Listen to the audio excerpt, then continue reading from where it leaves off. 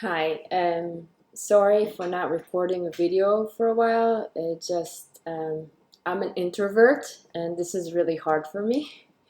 I do this because I feel that I'm supposed to pass it forward, but I don't like to be front and center. I was asked about the difficulties or things I'm still struggling with or that I struggled for a long time. Uh, and now I suppose I will also share how I overcame it.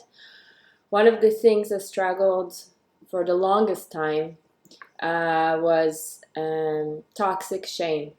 Growing up in an environment that both my parents kept putting me down and telling me that I'm stupid, that I'm ugly, that I'm evil, that I will never amount to anything, that my mom literally used to beat me up every time I told her I wanted to study, or that I told her that I wanted to be a scientist or a doctor. She told me that I was meant to be a servant and her servant, and that's the reason for my existence.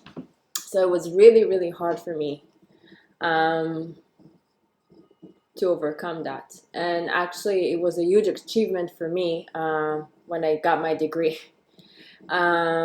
Just to show myself that I can exist for myself and I can study for myself and do stuff.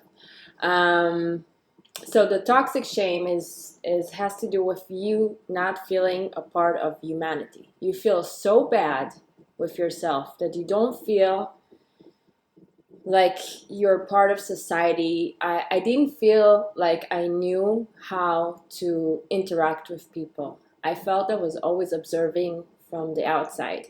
And the weirdest thing, the closest thing I found on this, this something relating to that was Dexter. Now, obviously, I'm against serial killing, even if it's the bad guys. But the way Dexter used to observe all the time, how people used to interact and used to feel an outsider and used to buy stuff like donuts to try to get um, to belong in a way and try to act like he knows what the rest are doing. That's the first time in my life I found some show that showed how I felt, how awkward everything was. So that's how toxic shame I think feels. It took me a really, really long time to overcome it. What helped me overcome it with me, it's again, it was breath work. You can get the breathing box by Dr. Gay Hendricks. I will write a comment with a link about it, and that way you can breathe your way independently through trauma and stuff.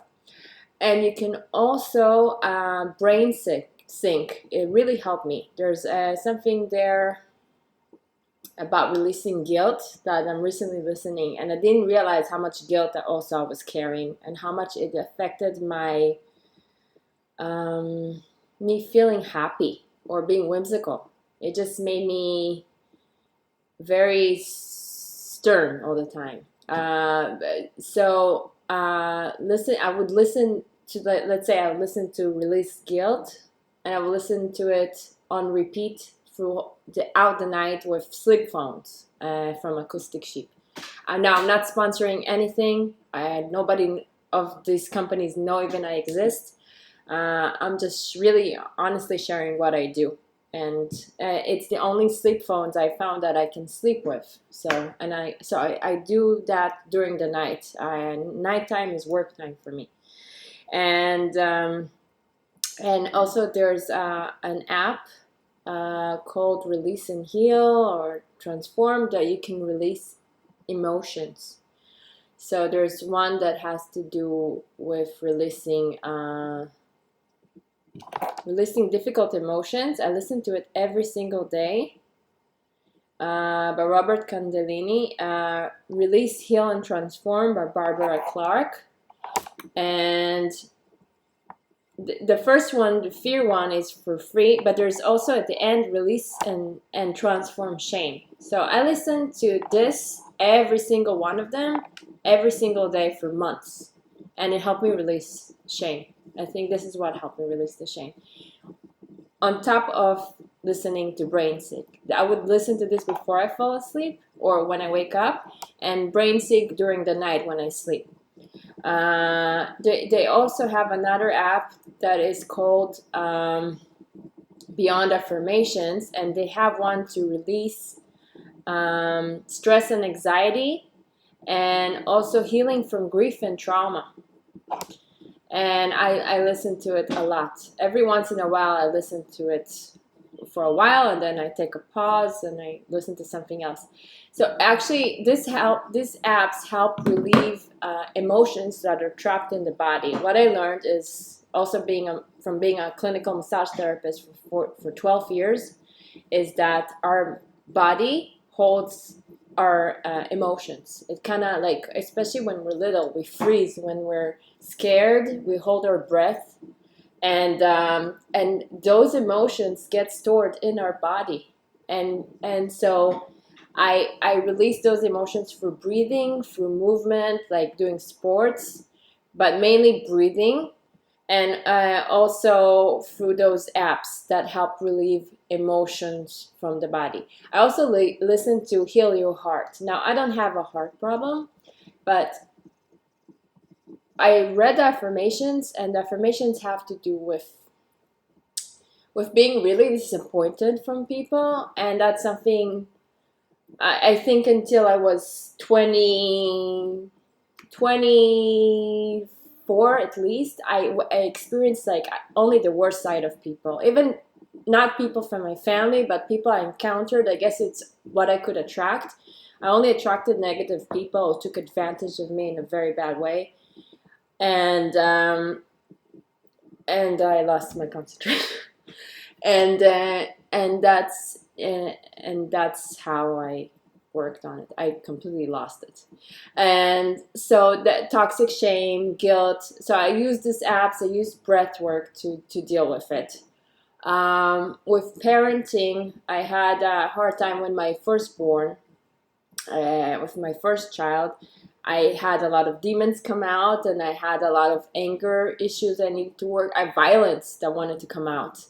And I worked a lot with the breath work. And Brain Sync also has meditation. So I listen to meditation there's a deep meditation for 30 minutes. It helps sync your brain waves into meditative state. And if you are in meditative state, if your brain waves are in meditative state, you cannot be violent. It kind of contradicts. Violence has to do more with beta wave brain. So I put my brain waves always very, very towards gamma brain waves, which are like very, very towards world peace and more use of the brain, and or alpha, which has to do with harmony and love and peace. So I train my brain. I also put my brain waves in a positive, let's say, radio station that contradicts violence. What else? Now I'm struggling with doing things for what I feel I need to. I said I need to pass it forward, and I feel that there will be different ways that I need to do that, whether it's this YouTube channel or writing about it. And I find that I'm struggling with being frozen. And it took me a while to understand what is this, why am I frozen when it comes to handling this, what I feel that my soul wants to do the most. And I think it has to do with because as a child I went through so many negative experiences. I had to hold myself together and function, which is a great survival mechanism, but it also has to do with being frozen. I didn't feel all those negative feelings. I just kept moving forward and surviving. I didn't have time to feel all the negativity that came to me. and it's a lot of work to feel all of that, and it can even be scary. So I do cleanse with this app a lot and with breath work, but there's still a lot of gunk going on, and the more I cleanse, the more unfrozen I become. It has to do with stifled emotions, stifled feelings, because I had to keep it together, because I had to function on an everyday basis, to look normal, to be part of society. And so that has to do with being frozen. The more you don't feel the pain, the less you have energy for fulfillment, self-fulfillment, and creativity and joy. So it's a double-edged sword. But our emotions has to do with flow. If we can feel them, then we can heal. And there's also a wonderful, wonderful a video about emotions by I'll add a link to it that explains, by a grief counselor. She explains that if you stay with your emotions, like you feel like a tidal wave of very big scary emotion coming in, but if you like put a timer and you time 90 seconds and you just breathe and you don't try to escape to food, work, TV, any type of screen, sex, I don't know, whatever. You don't escape. You just breathe, belly breathe into it while you're experiencing it for 90 seconds. That emotion will release from you. And then you will have space, more space for more energy to create, more energy to do everything. The problem is we usually escape, and there's so many ways to escape today, and unfortunately we live in a time, an era that it's so prominent because of the screens. Everybody is constantly escaping. It's really scary in my eyes. It's like our time is stolen. We don't have time to think anymore. Most people, unless they choose to, they don't have time to think because they're so addicted to their screens, and their time is taking over the most idiotic stuff, like what other people wear or do on social media. Like, it doesn't make any difference in your life. You know, they miss their life. They miss the connections, their meaningful connections. So it's very, very sad.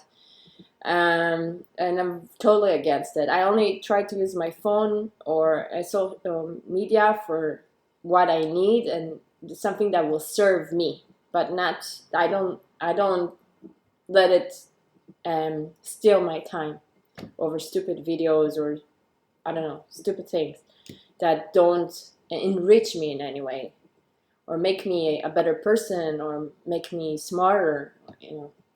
So I think what we put in our mind, it's like just like food. We feed our mind with something. It needs to be something that will make us better and not make us a zombie or numb.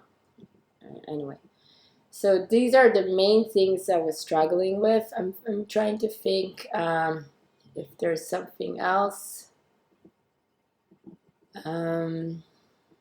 Yes, another thing was, it's funny because I live in Israel, and Israel is the country to practice that.